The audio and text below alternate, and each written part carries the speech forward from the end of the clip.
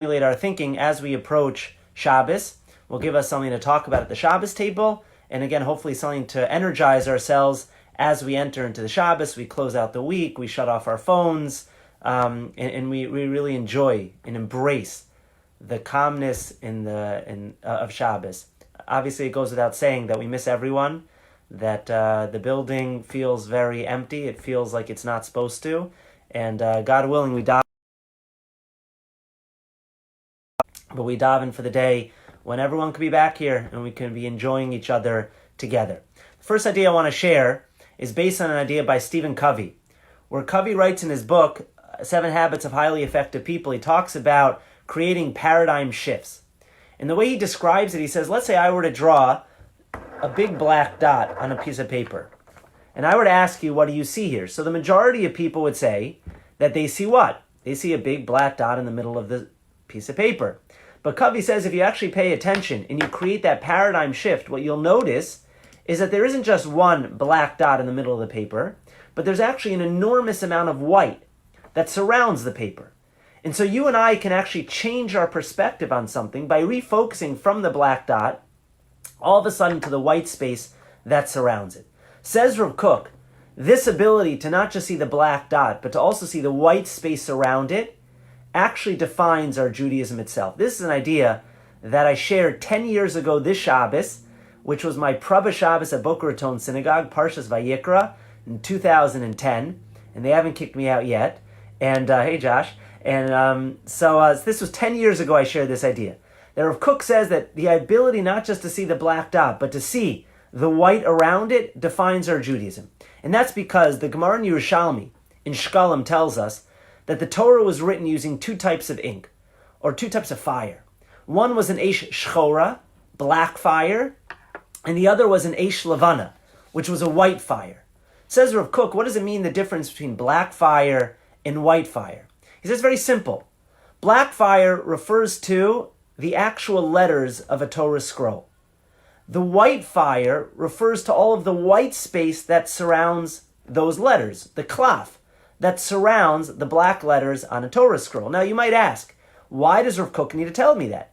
Isn't it obvious that if there are going to be black letters on a Torah scroll, then by definition there's going to be white space around it? Take a look at any piece of paper and you'll see that there's black ink and there's white space around it. What's the great chiddush of Rav Kook in the Gemara and Yerushalmi telling us that the Torah was written both with black ink but also with the white space around it? Now this isn't just some random halacha that exists by a Torah scroll, and that's very nice. It's actually brought down halacha l'maisa. The Gemara Menachos tells us, Amar Rav Yehuda Marav, kol os she'ein gvil mukaflo, that any letter in the Torah that's not completely surrounded by white space on all 4 sides, pisula. That Torah scroll is puzzle. So this idea by Rav Kook, the idea of the Yerushalmi, that not only was the Torah written with this eish shchora, with the black fire, with these black letters, but also equally important was the eish levana, the white fire that surrounded those black letters. Says the Gemara, that's not just a random halacha. That is actually the difference between a kosher Sefer Torah and a non-kosher Sefer Torah. If there's not white space surrounding every single one of the letters on my Torah scroll is puzzle. That's what the Gemara Menachos says. So what is it about this white space? What is it about the black space and the white space? So Rav Kook points out that while the black space represents the letters, the white space represents the space around it. And he says that is symbolic of the type of lives that you and I need to live. We need to live lives of black fire, and we need to live lives of white fire. What does that mean? It means that so much of our day is busy. It's the black fire. It's the obligations and the responsibilities that you and I constantly have. But you know what is of equal importance, says Rav Kook? It's the white fire around it. It's the margins that you and I create in our lives to make sure that we have an ability to step back, to reflect, to think, to ponder, to contemplate, and ultimately to grow. And so says Rav Kook, the difference between the black fire and the white fire is because if you've ever read a book, and the book has no margins in it whatsoever, all it has is letters going from one side of the page to the other side of the page, top to bottom, you'll know that it's very hard to read that book. Almost impossible to read that book altogether. Why do books have margins on the side and on the top? Because it makes it pleasurable to our eyes. It makes it creates a greater ability for us to be able to read it and to appreciate the book. Says Rav Kook, our lives are no different. If our lives are only the Eish Shchor, it's only the black letters, then we're simply going to run ragged and we'll burn out. We'll burn out in the rat race of life. And so what's equally important, says Rav Kook, it's actually halacha, is that you and I also need the Eish Levana. We need those margins in our lives. We need the ability to take a step back every now and then and to reflect, and to ponder, and to contemplate, and to take stock of where it is we are holding. This doesn't just appear in a Sefer Torah. It's not just mentioned in the Gemara and Yerushalmi, but for those men who put on tefillin this morning, or those women who've ever seen a man put on tefillin, you'll know that on the tefillin shel rosh, there are actually two shins on the tefillin shel rosh, the head tefillin, the tefillin that we put on our head. On the right side of your tefillin shel rosh is a three-headed shin. 1, 2, 3. What you and I would say is a normal shin. On the other side, the left side of your tefillin, is actually a four-headed shin. And that's very strange, because if you ask any child how to write a shin, they would say they write it like this, 3. No one in their right mind has ever seen a four-headed shin. So why is it that specifically on our tefillin do we do a four-headed shin? Explains Rav Kook, it's very simple. That if you look at my three-headed shin here, you'll notice that while you see three heads, what surrounds it actually is 1, 2, 3, 4. Is 4 white spaces surrounding the black ink of my three-headed shin. And so 3 and 4, what the tefillin are actually telling us, is just as important as the three-headed shin, is the space that exists around it. It's the margins that exist around my three-headed shin that give me that ability to pull back, that give me that ability to take a deep breath every now and then, and to reflect, and to take stock on my life. Those who are watching, some of you might know that there's a great basketball player. His name is James Harden. He plays for the Houston Rockets. He's one of the great. He's won MVPs. He's phenomenal. Really a great player. But if you pay attention to his game, this was an article in the Wall Street Journal a number of years ago, you'll notice that what makes James Harden great is not that he's faster, better, stronger, or a better shooter than any other player. What makes James Harden such a great player is the ability not to accelerate, but decelerate. In other words, he'll go to the basket, and then on a dime, he can stop, pull back, and shoot. And it's that ability to stop and pull back which actually creates the space between him and other players, allowing him to get the shot off and to excel and to succeed at the level that he has. Great players, great sports players understand that just as important it is that you move fast, is equally important that sometimes you're able to pull back, that sometimes you're able to decelerate in life, that sometimes you're able to not just be the black ink where you're constantly moving and writing and creating and ambitious, but you're also sometimes taking a step back. You're creating those margins in your life. You're allowing yourself and affording yourself the opportunity to breathe every now and then, and to contemplate, and to reflect, and to take stock. I share this idea with you not just because it's the 10th anniversary of when I last shared it, which was my Prabha Shabbos here at BRS, but because I think for me personally, I'll just share, this is what the last number of weeks has been. So much of my life, and I would imagine so much of yours, is in this rat race of life.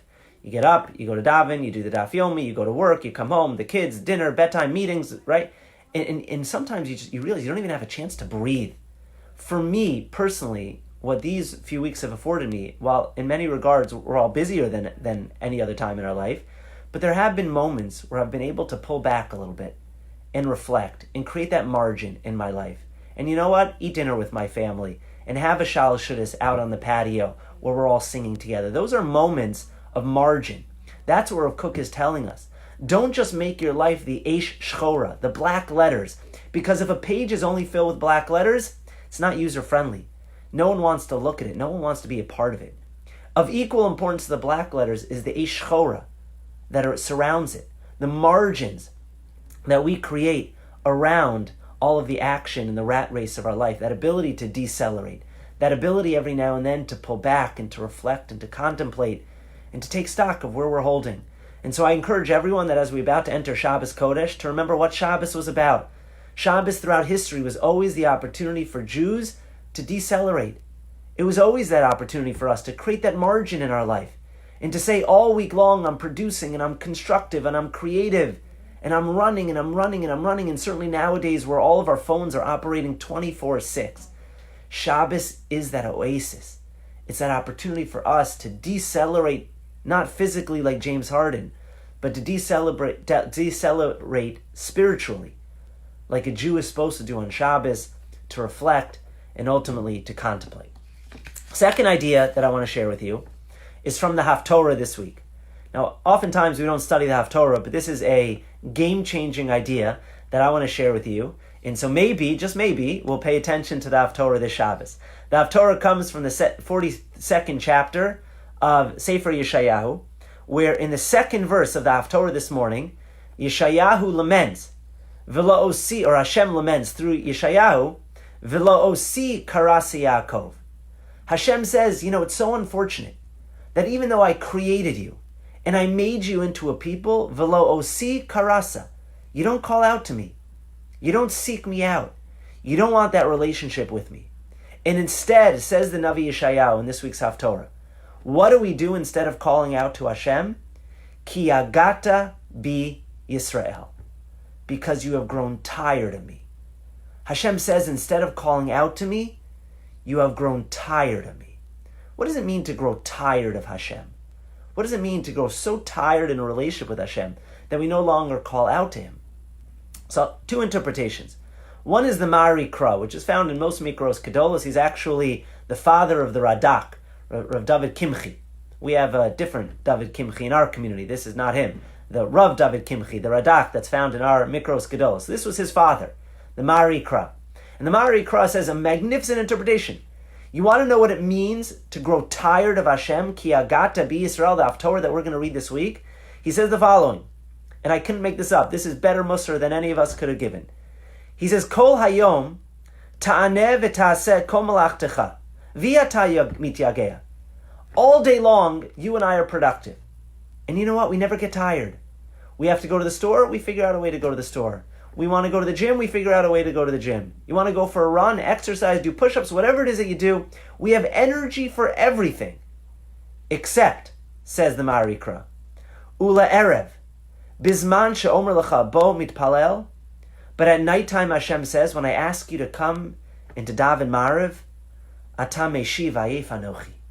You say, you know what, God, I've had a really long day, I'm really tired. Hashem says, all day long, you have the energy to go shopping, and all day long you have the energy to go to the gym, and all day long you have the energy for this and for that and the other thing, and then all of a sudden I say, can you learn with your child or your grandchild for 5 minutes?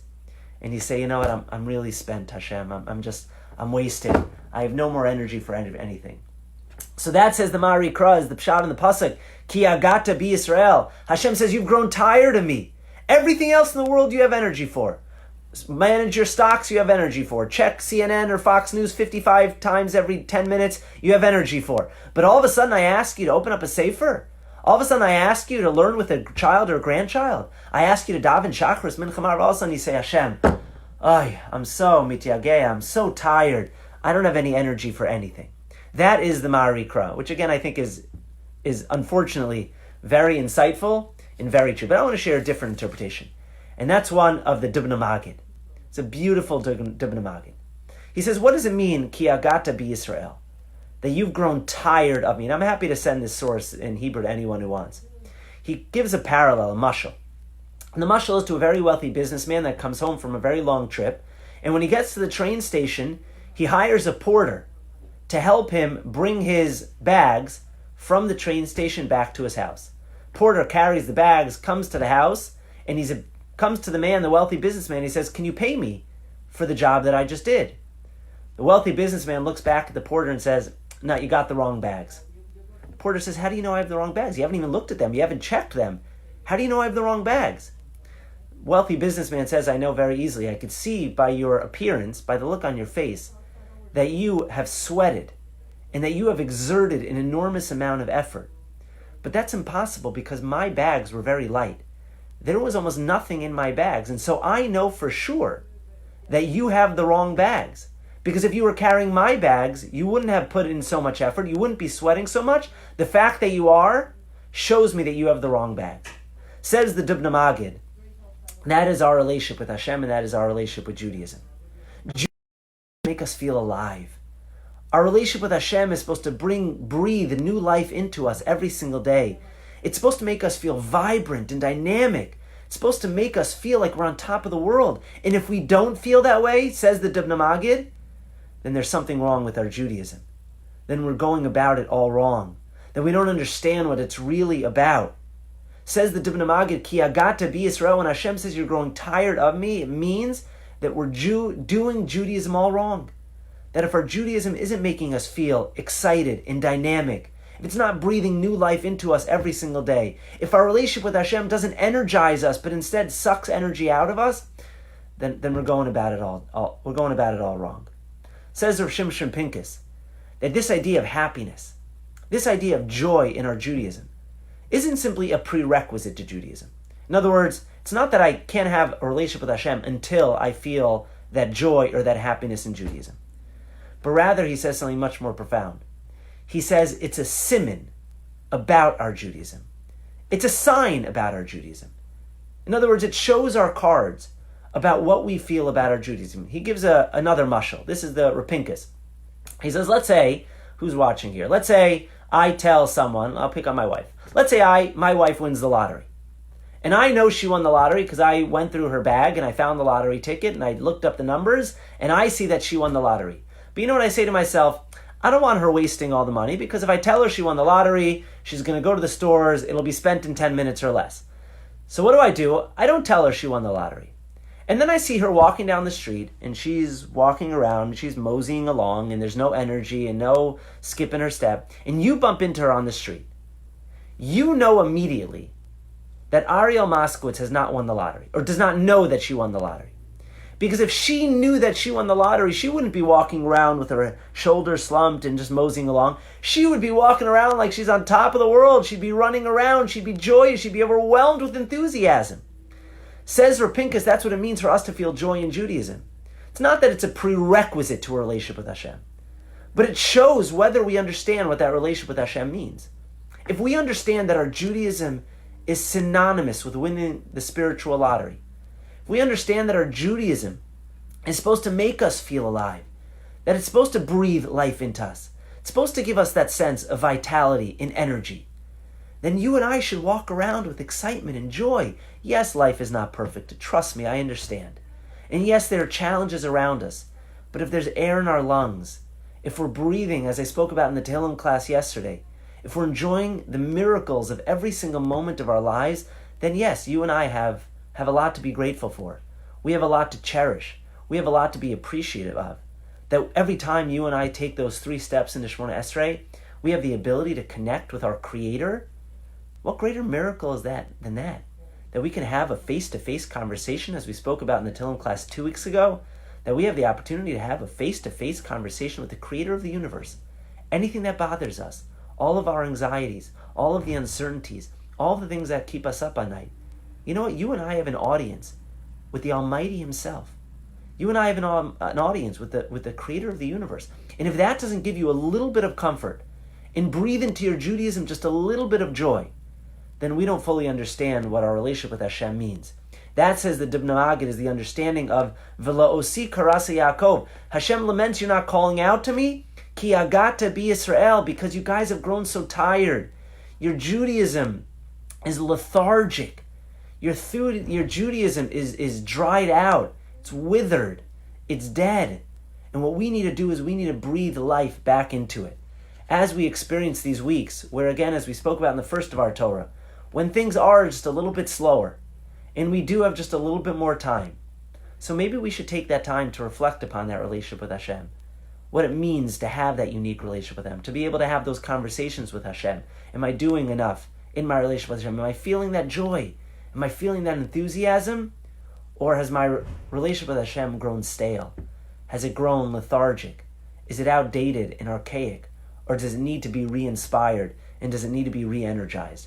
I want to share with you an amazing Gemara in Maseches Pesachim. Maybe with this we'll end. We'll save the other Dvar Torah for next year when we're in Shul. But listen to this Gemara. Imagine the following scenario. Would never happen this year because we don't want anyone from outside of New York, outside of Boca. But let's say, for example, you were to rent a house for Pesach.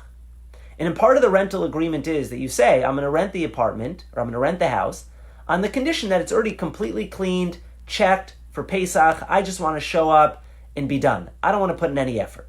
You pack your bags. This is going to be the year you guys are going to relax more than ever. You show up to the house, and lo and behold, instead of finding it clean and koshered and pristine, you find that the house is a disaster. There's chametz all over the place. The toilets haven't been cleaned in a month. The place is literally a disaster. So you look at your spouse, you guys look at each other, you know that like feeling when you know there's about to be a fight, an argument, and everyone's about to get upset at each other. And you say, you know what, don't worry. Because I got this covered, I'm going to look at the rental agreement.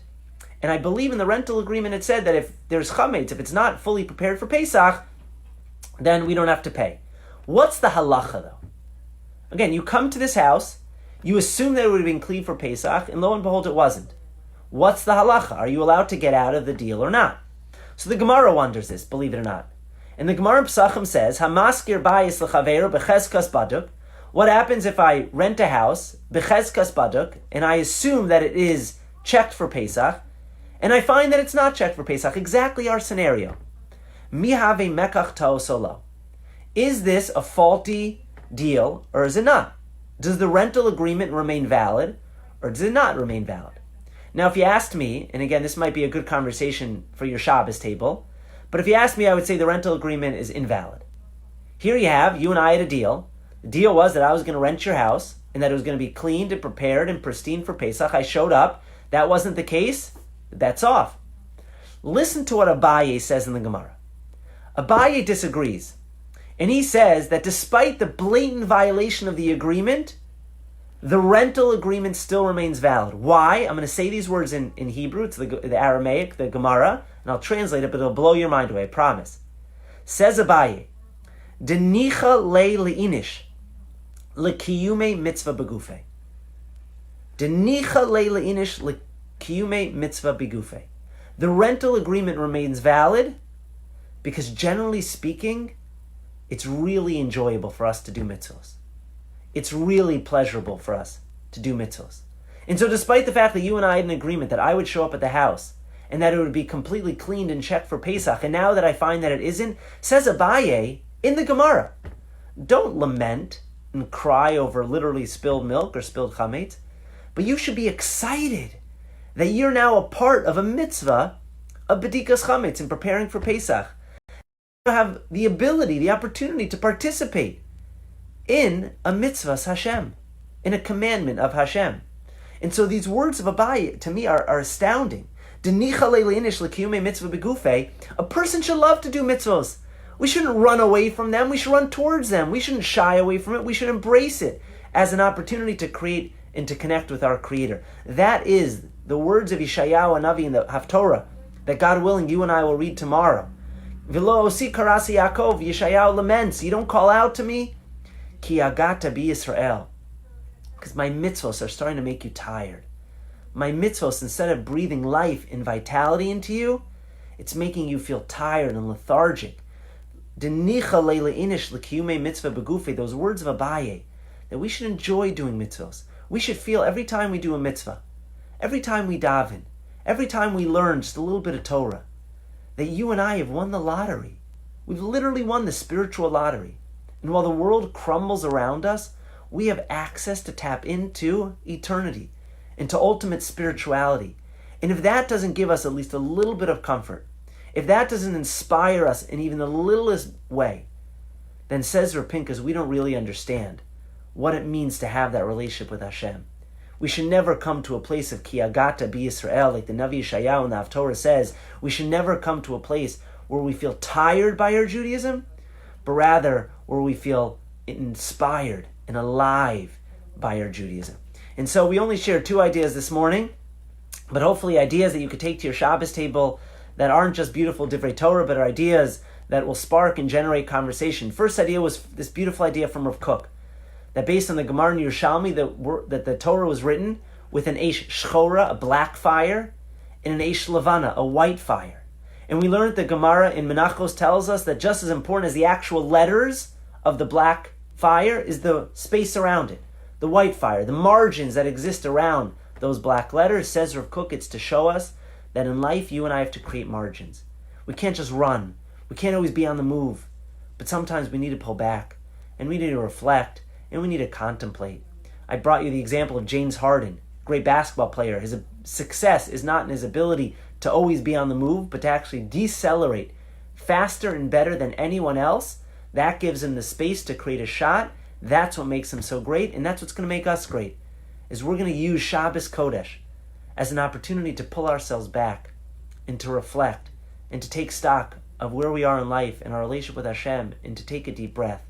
That was idea number one. Idea number two was from the Haftorah, this coming week's Parsha. V'lo osi karasa Yaakov, Hashem laments that the Jewish people no longer call out to me, ki agata bi Israel. He says, because you've grown tired of me. And we wondered, what does it mean to grow tired of a relationship with Hashem? First we had the Vayikra, which says you have energy for everything else. You go to the gym, you have energy. You go to the store, you have energy. You want to, everything else you have energy for. All of a sudden Hashem says, learn a little Torah, daven a little bit, spend time with your family. Oy, Hashem, I'm so tired, I have no energy. That was understanding number one. Understanding number two is this beautiful Dubna Magid, the parable of the businessman and the porter.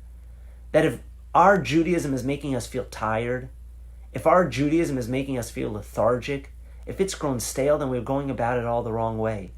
Our Judaism should make us feel like we've won the lottery, that we've tapped into something existential, bigger than ourselves, something that is eternal. We have the ability to have an audience and a relationship with the creator of the universe. If that doesn't get us excited, if that doesn't get our juices flowing, if that doesn't make us feel alive, then it means that we don't really understand what it means to do a mitzvah, and what it means to learn Torah, and what it means to have a conversation with Hashem, and what does it mean to have a relationship with a God that cares about us intimately and deeply and wants to know what's on our mind. All of that should not only give us nechama, but it should also make us feel alive. It should make us feel like our Judaism is breathing life into us, not, God forbid, the opposite. So 2 ideas to share at your Shabbos table, 2 ideas that I think hopefully give context to the time period that we're living in, and hopefully that will inspire us as we enter into Shabbos Kodesh. I want to wish everyone a wonderful, beautiful, meaningful, inspirational, peaceful, and most importantly, a healthy Shabbos. I look forward to seeing you guys in person, in our shul, in Yerushalayim, soon, speedily, and again, in good health.